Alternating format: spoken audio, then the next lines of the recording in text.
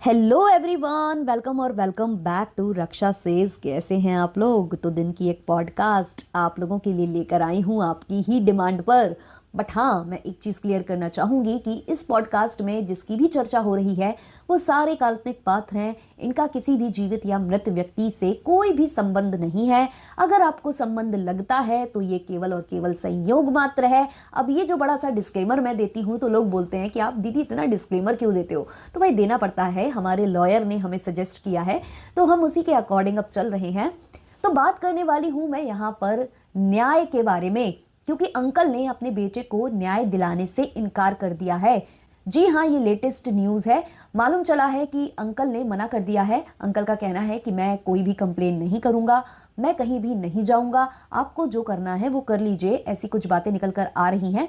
तो हुआ क्या था कि जो अबला बहुरानी है उन्होंने कुछ गुट बनाया था और मिलकर न्याय दिलाने की बात की जा रही थी। जो उनके पति नहीं रहे हैं उनको, और इसमें कहीं ना कहीं बहुत लोग उनका साथ भी दे रहे थे। और दावा ऐसा किया जा रहा था कि जो बहुरानी हैं वो आगे बढ़ेंगी, वो लीगल एक्शन लेंगी, वो पता लगवाएंगी कि उनके पति के साथ आखिर क्या हुआ था और इसमें सब उनका साथ देंगे। तो अंकल ने भी अपने वीडियो में ये चीज़ क्लियर कर दी थी कि भाई हम भी साथ दे देंगे, हम भी कंसेंट देते हैं, आप जाइए पता लगवाइए, आपको जो जितना संभव मदद है हम वो कर देंगे। हम प्रूफ्स जो हमारे पास पड़े हुए हैं वो आपको प्रोवाइड करा देंगे। इवन आपको पैसा खर्च करने की भी ज़रूरत नहीं है, पैसे भी हम आपको प्रोवाइड करा देंगे। तो सब कुछ अंकल ने अच्छा खासा दावा किया था। लेकिन हुआ क्या, जैसे ही अंकल की वीडियो एंड होती है वैसे ही कम्युनिटी आ जाती है जहां कहा जाता है कि डैश के जो पिताजी हैं वो आगे बढ़े, हम उनके साथ हैं। ये सुनकर बड़ा आश्चर्य हुआ कि भाई आगे तो आप बढ़ रहे थे, फिर अचानक से ये सारी जो गेंद है वो दूसरे पल्ले कैसे पहुंच गई? फिर उसके बाद वीडियोस आते हैं जहां बोला जाता है कि आप इस तरीके से डॉक्यूमेंट्स तैयार करिए, आप ऐसे ऐसे एप्लीकेशंस लिख लीजिए और जाइए आप कंप्लेन कीजिए। तो कहीं ना कहीं पूरा जो ठीकरा है वो अब उनके फादर के ऊपर फोड़ा जा रहा है कि आप जाइए आप कंप्लेन कीजिए और सारी की सारी अब गलती आपकी होगी अगर ये केस आगे नहीं बढ़ता है तो ले देकर ना ये एक सोशल मीडिया कंट्रोवर्सी है और ये कंट्रोवर्सी सोशल मीडिया पर ही चालू होगी। सारे कोर्ट ट्रायल सारा कुछ जो होने वाला है वो सोशल मीडिया के ऊपर ही होने वाला है, इससे ज़्यादा कुछ नहीं होने वाला है। क्योंकि पहले जो लोग दावा कर रहे थे कि भाई हम कंप्लेन कराएंगे, अब वो अंकल जी पर डिपेंड हो रहे हैं कि आप आगे बढ़िए। अब भाई अंकल जी कहाँ से आगे बढ़ेंगे, कहाँ से वो शिकायत करने जाएंगे, कहाँ वो इन लीगल पचड़ों में पड़ेंगे? वो अपनी दवाई तक खरीदने के लिए, अपना इलाज कराने तक के लिए दूसरों पर आश्रित हैं। वो कभी मोहल्ले के मिस्टर पड़ोसी को बुलाते हैं तो कभी वो अपने गांव से अपने भतीजे को बुलाते हैं, तब जाकर उनका काम हो पाता है। तो ऐसे में वो कहाँ जाएंगे, कहाँ कहाँ भटकेंगे? तो इसीलिए अंकल जी ने साफ मना कर दिया। अंकल जी का कहना है कि भाई जब आपने कहा था कि मैं आगे बढ़ूंगी तो हमने बोला था हम आपके साथ हैं, लेकिन अब तो सबको यही बोल रहा है कि हम आपके साथ हैं, हम आपके साथ हैं। तो आगे कौन बढ़ेगा, इसमें बड़ा ज्यादा कंफ्यूजन है भाई। बिल्कुल समझ में नहीं आ रहा कि ये किस दिशा में जो है जाता जा रहा है। समझ में यही आ रहा है कि रातों रात की लाइव और बहुत सारे वीडियोस, बस यही इसका सार निकलने वाला है, इससे ज्यादा कुछ नहीं होने वाला है।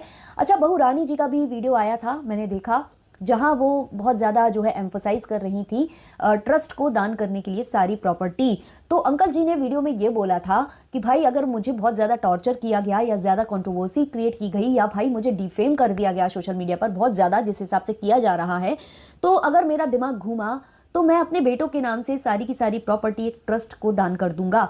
और बहू रानी ने वो मुद्दा पकड़ लिया और वो बोलती हैं कि भाई मैं आती हूँ, आप मेरे साथ चलिए, चलिए वहाँ जाकर सारा दान करे आते हैं, ऐसा करे आते हैं। तो बातों से ऐसा लगा कहीं ना कहीं कि भाई मेरी नहीं तो किसी की नहीं, अगर मेरी नहीं तो किसी और रिश्तेदार की नहीं, चलो भाई ट्रस्ट में दान करके आते हैं। अच्छा, बहू रानी ने ये भी बोला कि भाई आप सब कुछ दान कर दो, आपको रोटी मैं खिलाऊंगी। तो ये भैया लोगों को थोड़ा हजम नहीं हुआ, क्योंकि एक टाइम पर गोबर खिलाया जा रहा था और अब रोटी खिलाई जा रही है। उसी ससुर को रोटी खिलाई जा रही है जो अपनी पत्नी और बहू में फर्क नहीं कर पाते थे, इनके साथ मिसबिहेव करते थे।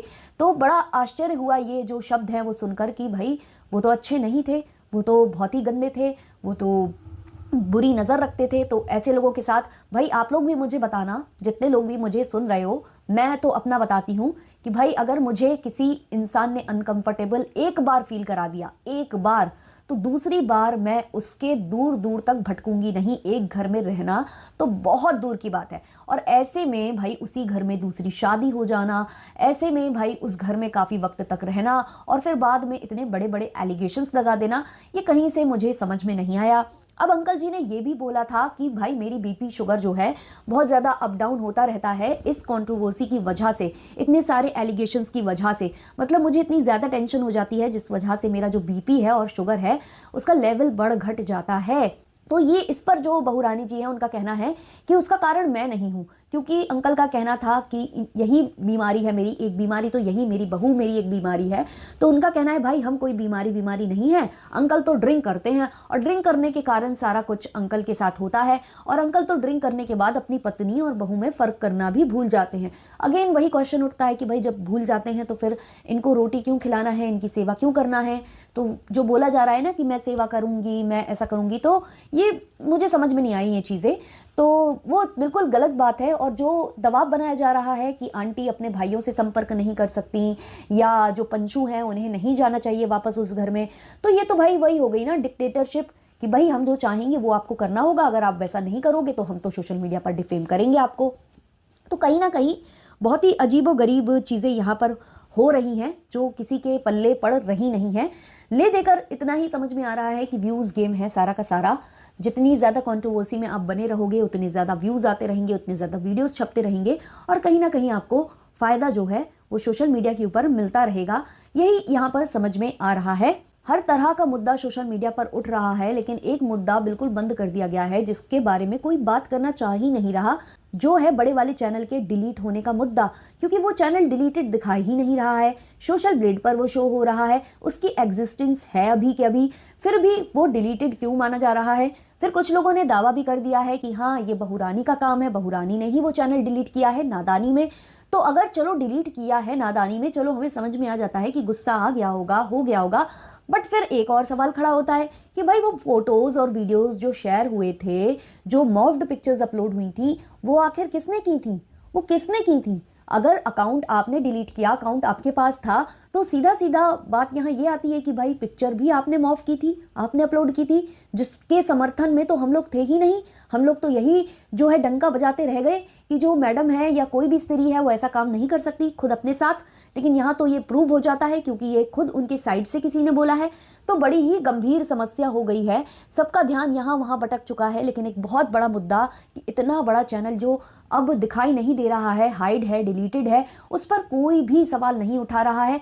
और सबसे बड़ा सवाल ये भी है यार कि जो इंसान चला गया उसके आप गड़े मुर्दे उखाड़ना चाह रहे हो, उसको आप न्याय दिलाना चाह रहे हो, तो उन दो लोगों को न्याय क्यों नहीं दिलाया जा रहा जिसको बहू रानी की गाड़ी से उड़ाया गया। क्योंकि खबरें तो ऐसी आ रही हैं कि बहू रानी की गाड़ी से भी एक्सीडेंट हुआ था जिसमें किसी की डैश डैश हो गई है। तो बहुत सारे गंभीर सवाल हैं, पर सारे सवाल जो हैं अंकल और आंटी के ऊपर ही खड़े किए जा रहे हैं, ना कि दूसरे पक्ष की ओर। और अंकल आंटी को लेकर जिस हिसाब से सवाल जवाब किए जा रहे हैं या पंचू से सवाल किए जा रहे हैं कि भाई कौन सीन कर रहा था मैसेज, कौन कॉल काट रहा था, कोई कॉल नहीं उठा रहा था, कोई फ़ोन नहीं उठा रहा था, कोई मैसेज रिसीव करके जवाब नहीं दे रहा था, इतने सारे सवाल इस तरीके से खड़े किए जा रहे हैं जैसे मानो कि इस पूरे सिनेरियो में कल्प्रिट जो हैं वो कहीं ना कहीं जो इन-लॉज हैं वही हैं, अपने बेटे के साथ इतना गंदा करने वाले वो हैं।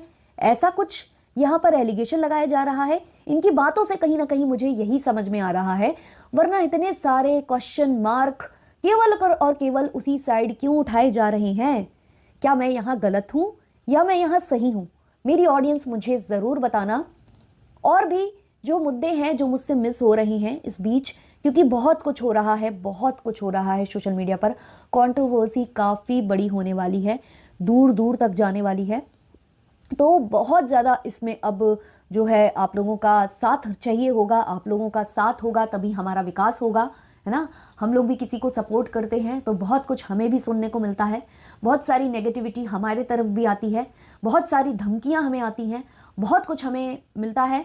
तो उसके लिए हमारे लॉयर तो हमारा साथ देंगे ही, बट आप भी जो जनता है वो भी हमारा बढ़ चढ़ कर सपोर्ट करेगी। यहाँ पर ये उम्मीद के साथ मैं वीडियोस लेकर आ रही हूँ, पॉडकास्ट लेकर आ रही हूँ। बस आपका साथ देना बहुत ज़्यादा ज़रूरी है। आपको कुछ नहीं करना है, बहुत सारा लाइक करना है वीडियो को, बहुत सारा, और कमेंट ज़रूर करना है। अगर आपको कोई कमेंट समझ में नहीं भी आता है कि क्या करना चाहिए, तो आप केवल और केवल एक हार्ट बना सकते हो, पिंक, रेड, येलो, ब्लू, कोई से भी कलर का आप एक हार्ट छोड़कर जा सकते हो कमेंट सेक्शन में, क्योंकि आप चाहते हो कि हम आवाज़ बने, हम अंकल आंटी और पंचू को सपोर्ट करें, उनकी आवाज़ बने। उसके लिए आपको इतना तो हमें सहयोग देना होगा। आपसे और कुछ नहीं मांगा जा रहा है, केवल और केवल एक लाइक और एक कॉमेंट मांगा जा रहा है। बाकी आप बताना कि जिस ट्रैक पर मैं निकली हूँ, क्या वो ट्रैक सही है या गलत, कमेंट सेक्शन में। मिलते हैं नेक्स्ट वाले वीडियो में, तब तक के लिए बाय बाय।